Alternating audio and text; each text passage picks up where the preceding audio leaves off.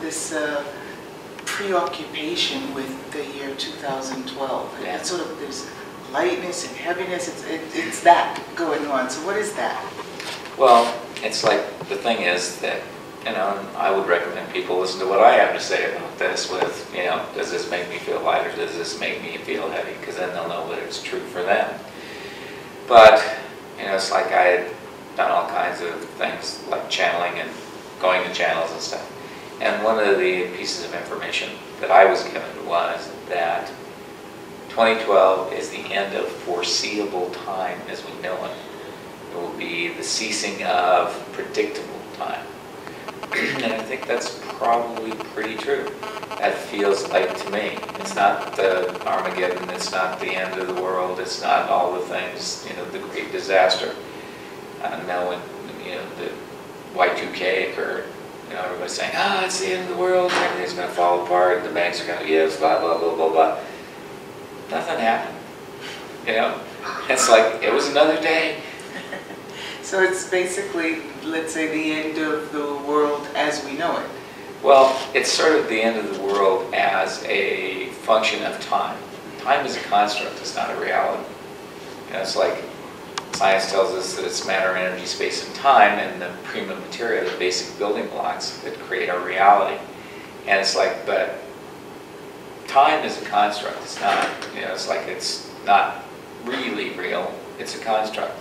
And even the, you know, even the stuff you read, I mean, I've read an article recently that said that, you know, 2012 happens in 2010 at the end of the year or something because they miscalculated the Mayan calendar. And I'm going, okay, what are we doing here? Like, so when does this really happen? So, you know, it's like, I find it amusing. Well, where are you going to be at the end of the year, just in case? Just any place I happen to be. Okay. But the, you know, the thing about this stuff is like, you know, it's like you got to look at it, see what it feels like to you. And what I was told was that this is the end of foreseeable time. Now, foreseeable time is the idea that you can look at the future and see what's going to happen, kind of. And I've always been able to look at something and they ask me how this is going to be or when it's going to happen in the future or this is going to happen in the future. And mostly I'm able to know. But 2012 is supposed to be the time when that predictability ends. So that means we live more in the present. You know, it's like it won't be about looking at our past to determine what our future will be. It'll be about living in the present and in the present moment, functioning in a different way to create a different possibility as a future. And that is hopeful as far as I'm concerned. Do you find that there have been, I mean, you've been coming to Italy now for 3 years. Is there a difference from when you first came? Huge difference, huge difference. One of the things that I find most interesting is the people, when I first came to Italy, most of the people who came to Access are really sort of heavy, down on themselves, unhappy. There wasn't a lot of lightness or joy in their lives. And 3 years later, the joy, the peace, the exuberance, the expansiveness in their universe is just amazing. It's just, it's what makes my job worthwhile. You know, it's like I literally, you know, I work 12 hours a day most days, and I work most months every day. And at, you know, my advanced age, you're not supposed to be doing that kind of stuff. You're supposed to be looking forward to retirement. My point of view is, I'm just beginning. Is that something that changed that you're talking about in Italy? Is that something you've seen reflected in the rest of the world through your travels? Yeah, it's the reason I keep doing what I do, because it's like, you know, it's like money's great, love money, but what is really the best part of the job is to actually see the change in people. You see people going from unhappy, unproductive, not joyful, to happy, productive, better relationships with their family and everybody else. It's like, what's that worth? Is there something different? I mean, you're talking about the similarity that there is. Is there something different about Italy? Something, our own brand of illumination or craziness or something that distinguishes it? It's all of those things. Okay, cool. You know, it's like,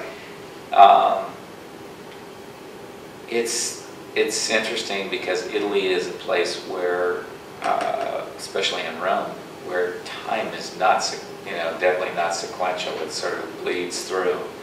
And the people here, because of the influence of the church and stuff, they are more prone to have their upsets in their charge in relationship to relationships and family and children, and there's sort of like a more rigid structure around that here. So that's probably the one thing that I see in Italy that's more difficult for most of them than it is in other countries. There's still a huge influence here from the church, and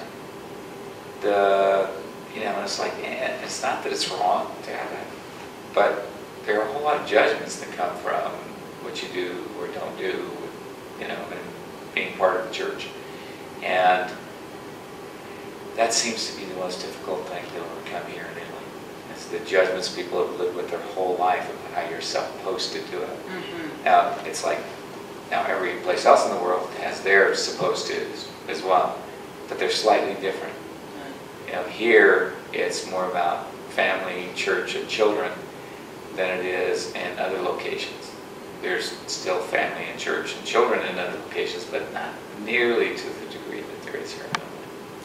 There's so much change, just a last question, so much change occurring around us. The earth is changing quite a bit. Access seems to be offering people a possibility to discover who they are, who they really are. Is there a question that one could ask themselves to understand whether access is the modality that would assist them in finding out who they really are? How does this look to me? Does it look like fun? If it doesn't, don't come. And I was like, I like to play with people. I enjoy the fact that we laugh a lot. I enjoy the fact that it's not about the serious, it's about the fun and the sublime. And I like to laugh myself. And it's interesting to me because I've been involved with all kinds of therapies that supposedly do emotional release and stuff. The greatest release of tension, limitation, etc. is laughter.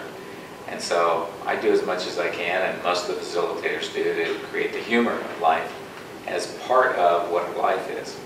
And it's like, if life isn't fun, why are you doing it? But that's my point of view. Awesome. Is there something that I haven't asked you that I could ask you that would be an invitation for Italy, for Italians, for anyone who happens to see this wonderful interview, to access more of themselves and access more consciousness? Well, I can think of a couple of irreverent things to say, but I probably shouldn't say those. Only two? Oh. One, maybe. Okay, go for it. Che cazzo vuoi? Gary Douglas, founder of Access Consciousness, here in Rome, Italy. Thank you, Gary. Thank you, Kat. You're awesome.